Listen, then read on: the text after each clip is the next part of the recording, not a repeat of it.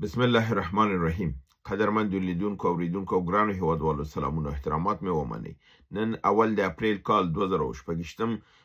چې د چهارشنبې ورځ سره سمون خوري ستاسو خدمت کې حاضر یم. د نن ورځې په برنامه کې زیات ټول نړیوال موضوعات دي، د ایران او د امریکې او د سیمې او په دې کې د پاکستان منافقانه لوبې او همدارنګې سیمه ییزو ممالکو په دې مسایلو باندې. خو دوه مسلو لپاره ستاسو قدرمن لیدونکو نه خاصه هیله لرم چې دته حتما غوږ شئ چې ډېر جالب دي او مهم دي. یو دا دی چې د ایران د روحاني مشر مجتبی خامنه‌ای او د فرانسې د رئیس جمهور ټلیفوني خبرې دا تاسو سره شریکوم. بل د لبنان د سفیر استعفا او یو ډېر لوی راز چې افشا کړی دی او ویلي دي دا مې همده لپاره دا راز افشا که خپل د مقام نه مې استعفا ورکړه ځکه چې پس له دې ماته بیا په دې مقام پاتې کېدل ممکنه نه و، ځکه د پیسه برحاله سفیر په ملګرو ملتونو کې او خپل د مقام نه استعفا ورکړه دا راز افشا کړ. دا دوه خبرونه ډېر مهم دي، تاسو سره شریکوم. په عین حال کې جهادي راپورونه د خیبر پښتونخوا د سیمې نه چې په 11 د مارچ باندې هلته څومره عملیات شوي دي هغه ټول ستاسو خدمت ته وړاندې کوم. اول راځم بعضې نور متفرقه وړوکو خبرونو ته. د ایران د بهرنیو چارو وزارت ویاند بقایي ویلي دي چې ځینې ملکونه ګاونډي ملکونه د مذاکراتو لپاره د خبرو اترو لپاره لګیا دي، لاس په کار شوي دي، اما ایران چون په حالت د جنگ کې دی بنان موږ ته خپل د دفاع او خپل د خاورې نه دفاع حق اولیت لري، نو موږ د هیڅ نوع کوم مذاکراتو ته نه کوم تمایل لرو او نه کوم داسې هیله لرو چې دغه مذاکرات وشي. دا هماغه ادعا ده چې پاکستان یې کوي چې دوی به د ایران او د امریکې ترمنځ په اسلام آباد کې ناسته کوي. ایران په تاکید سره دا ردوي او وایي چې دا لوبه به نه کیږي. همدارنګه دا خبره ایران د پاکستان ته هم ویلي دي چې ته په خپله دغه یو صلاحیت او دا نه لري چې فرضاً موږ دغه جنگ چې که مذاکرات ته کینو نو موږ یو نړیوال ضمانت غواړو. دا ضمانت خو تم نشي ورکولی او مصر او ترکیه او سعودي هم نشي ورکړی، ځکه چې دا څلور ملکونه ناستې په دې خبره کوي چې ایران څنګه دې ته قایل کو چې میز د مذاکرې ته راشي او امریکې سره کینه او دوی وایي تاسو ټول غلامان هستئ، تاسو خو دا صلاحیت نه لرئ چې دا ضمانت ورکړئ او تاسو خبره که نن یې درته یو څپېړه درکړه هر څه درنه په میدان پاتې دي. بنان د ضمانت لپاره به د لوی قدرت رامنځته شي، که هغه چین دی او که روسیه ده. د همدې لپاره اسحاق ډار په اجالتا چین ته لاړه تر څو د چین د مشرانو سره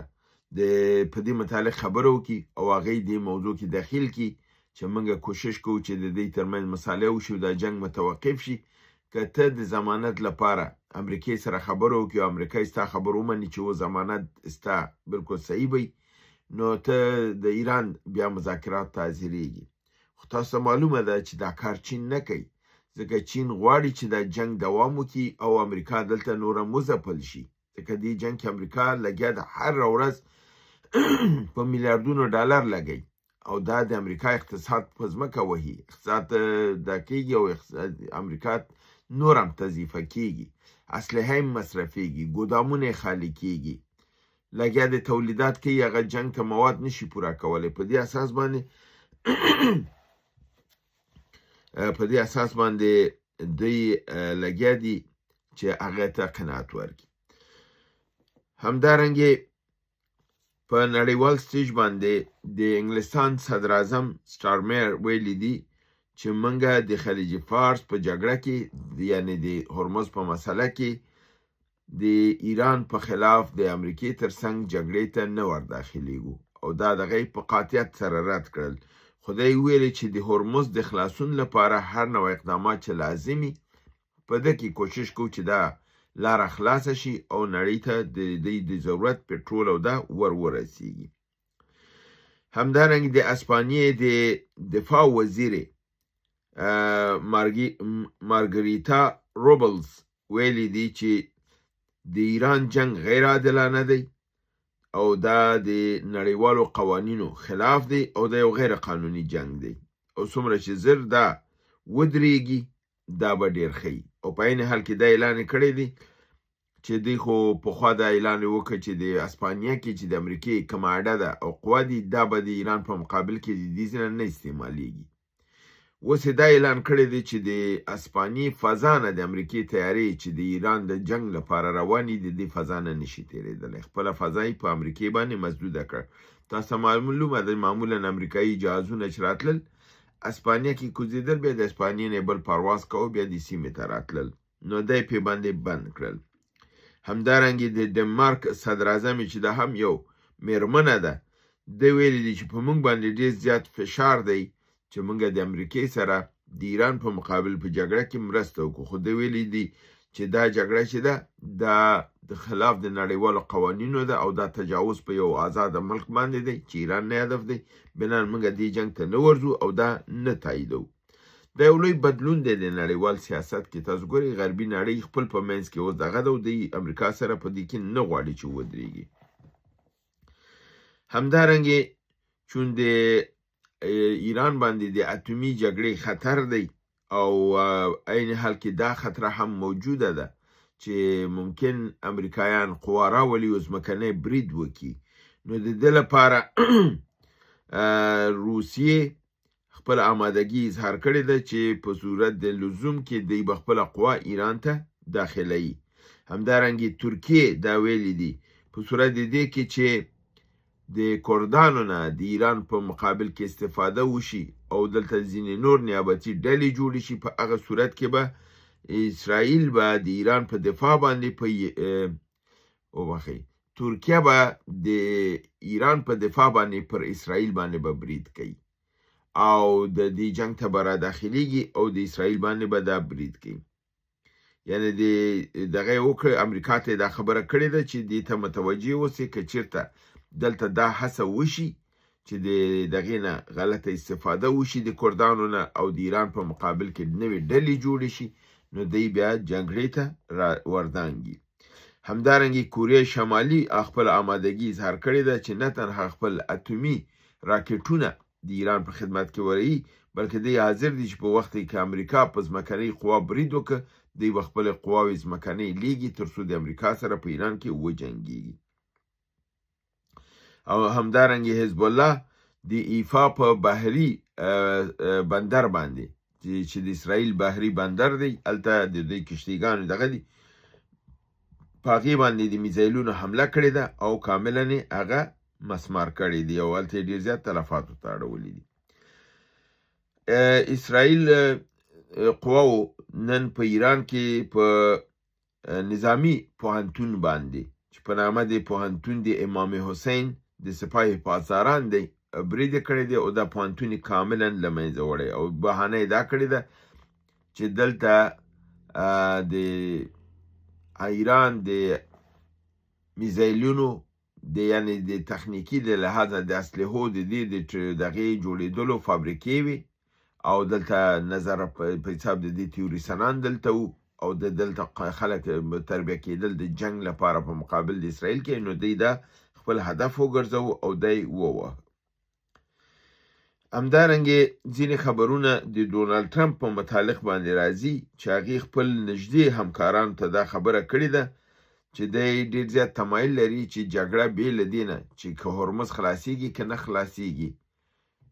بس دی پروا نه لري دا غواړي جنگ ختم کړي ځکه چې هلته په دې باندې په داخل کې فشار دی چې دا جګړه زموږ جګړه نه ده دا باید ختمه کړلی شي.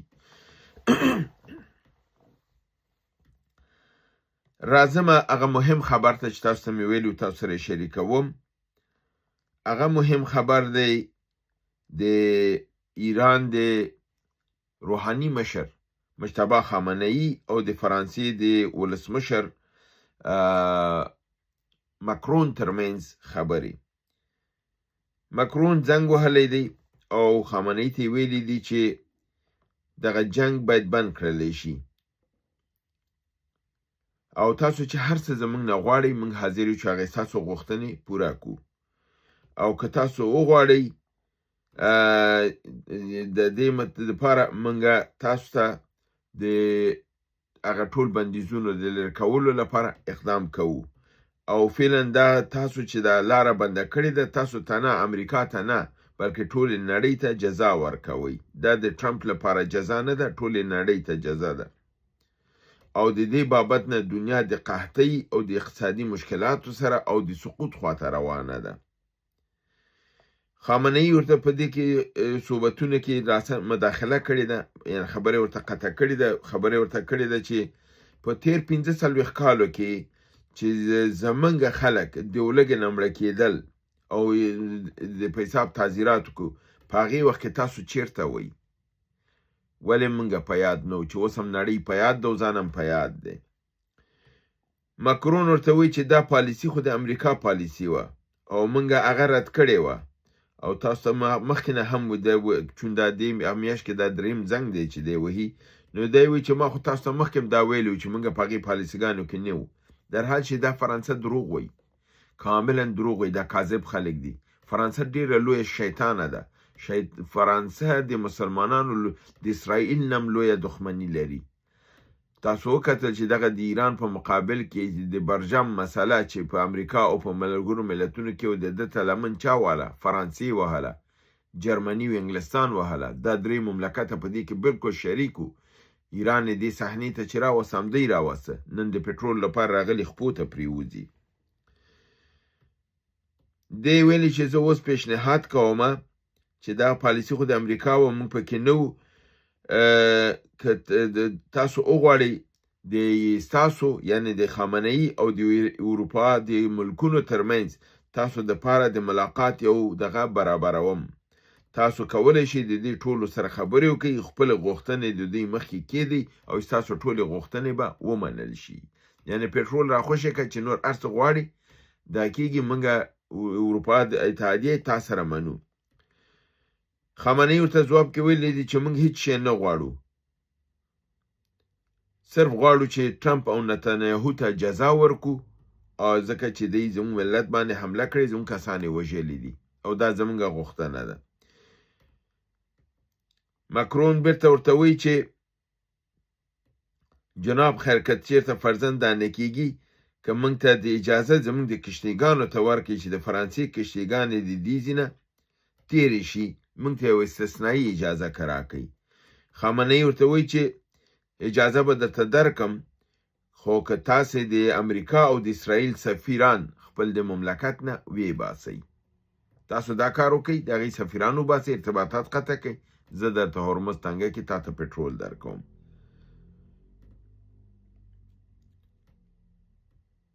او بیا یې ویلي چې موږ د هغه چا سره مذاکره نه کوو چې د دواړو طرف ته به لوبه کوي یعنې فرانسې ته ویلي چې موږ سره لګیا خبرې کول ته د امریکا او د اسرائیل سره ولاړه سئ او دی ویلي چې زه له دې نه زیات نور څه ویل نه لرم دغه زما دغه ده د خامنه‌ای ویلي دي یعنې دغه خبرې چې ما وکړم دا دی او امریکا سره موږ سولې ته نه راځو او هرمز نه خوشې کوو تر څو چې امریکا خپل ماته کاملا ونه مني بل مهم خبر مې چې تاسو ته وویل هغه دا دی چې محمد صفا د لبنان سفیر په ملګرو ملتونو کې د خپل مقام نه استعفا ورکړله او د هغې دلیل یې دا وویلی چې ملګرو ملتونو تیاری نیسي تر څو ایران باندې د اتم بم استعمال شي نو تېنه دا سوال وشو چې ملګرو ملتونو څنګه پر ایران باندې بم استعمالولی شي ملګرو ملتونو خو بم نه لري استعمالي خو یو ملک به استعمالي نو دی ویلي چې نه استعمال ملګرو ملتونو په دې شکل کې چې ملګرو ملتونو په هغه دسیسه کې چې اسرائیل او امریکا جوړه کړې ده چې په ایران باندې په تهران باندې به بم اچي د تهران به کاملا ختمیږي او دوی په نظر سره ایران به سقوط کوي کله چې دوی ایران نیسي په هغې نه بعد به ملګرو ملتونو دوی ته لاره جوړوي د دغې مسلې نه به دوی وباسي او دوی ته به کوم قانوني مشکل نه جوړیږي او د دفتن جلسه به دایریږي او د ایران حکومت به ختم اعلانیږي دلته به د دې کېږي او دا به د امریکې په ګټه دغه کېږي نو دی ویلي چې دغه بم چې اچول کېږي خو بشر دغه کېږي ملګرو ملتونو وظیفه دا نه ده چې د امریکا لپاره تسهیلات ورکړي وظیفه یې دا ده چې د ده مخنیوی وکړي نو چون دا کار دوی مخنیوی نه کوي او بشر وژل کېږي نو زه د خپل د مقام نه استعفا ورکوم دا محمد صفا د لبنان سفیر په ملګرو ملتونو کې چې خپل د مقام نه استعفا ورکړه د ټول نه بل مهم خبر دا دی چې تاسو معلومه ده 3500 د سپیشل قوا او خاصه قوا یعنی واکنش سریع چې ورته وایي یعنی د 2 ایربون قطعې دغه چې پاراشوټي کمانډو ده دا چې دی راوړله دا په کویټ کې دی کوزه کړې ده او ویل کېږي چې ایران د مخکې نه د ده ته تیاری نیولی و چې دی پویو دا قوا راځي او دلته په کویټ کې په اډه کې به ځای په ځای کېږي نو دی ورته مخکې تر مخکې نه سرحد ته 2 جامر موټرونه وړي وو د دغه موټرونه هلته دا سیستم یې ودرولی و کله چې دا قوا راځي کویټ کې او هلته ځای په ځای کېږي دی د دې جامر په ذریعه باندې دا ساحه ټوله دغه کوي جام کوي یعنی منجمد کوي چې دلته سیګنل کار ونه کړي پس له هغې نه ایران خپل تیاري په پرواز راوړي ځي دغه ځای بمباردوي او بیرته تیاري خپل ځای ته راځي او چون هغه ټول سیستم جام شوي و هغې کوم عمل او عکس العمل نشي ښودلی او دلته دغه خاصه قوای چې راوړې وه د ایران د نیولو لپاره ویل کېږي چې دې زیات تعداد ټول وژل شوي دي دا خبر دا کړی دی او دې باندې نوم ایښی دی موج 88 د صادق سالور یعنی صادق 4 88 موج د عملیاتو هغه دا و چې دوی په دغې باندې انجام کړی دی ترسره کړی دی راځم اوس د جهادي خبرونو ته د مورخه 11 د مارچ مجموعاً 18 حملې شوي دي چې په یو ورځ کې 18 حملې شوي دي ولایت شمالي وزیرستان کې 15 حملې کوهاټ کې 3 حملې باجوړ کې 2 حملې پېښور کې 1 کویټه کې 1 پښین کې 1 دیر اسماعیل خان کې 1 بنو کې 1 اورکزی کې 1 او خیبر کې 1 ولایت وزیرستان شمالي ولسوالي میرعلي حیدرخیل کجوري قلعه پر جی ال برید کې ځاني او مالی تلفات ور اړول شوي دي ولایت وزیرستان شمالي ولسوالي میرعلي د خوشحالۍ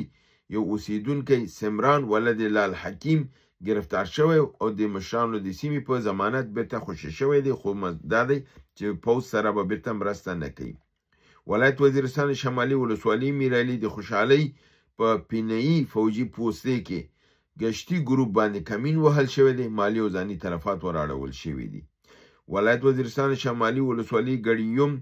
د هندي ژور فوزي پوستې باندې سنایپري برید کې یو کس وژل شوی دی همدارنګه وزیرستان شمالي د ګړیوم ګردي روغې واقع فوجي پوست باندې سنایپري برید کې یو عسکر وژل شوی دی همدارنګه ولایت کوهاټ 3 حملې په د ولاچی ولسوالۍ په شکردره روډ پولیس باندې چې 3 پوستې وي پکې یعنی د عالم شاهد ردګي او باب شکردره حمله وکړله چې دا په دې پوستو باندې او فوجانو ټولو فرار وکړ او مجاهدینو ټولې دا پوستې وسوځولې او له منځه یوړلې ولایت باجوړ ولسوالۍ ناوګۍ د حلال خیل سپینه څوکۍ چک پوسټ باندې لیزري برید کې 2 فوجیان هلاک شوي دي همدارنګه ولایت باجوړ ولسوالۍ ریاست ټانګې خطا خزانه مورچې چک پوسټ باندې برید کې یو فوجي هلاک شوی دی او نور مالی زیان هم ور اوخته دی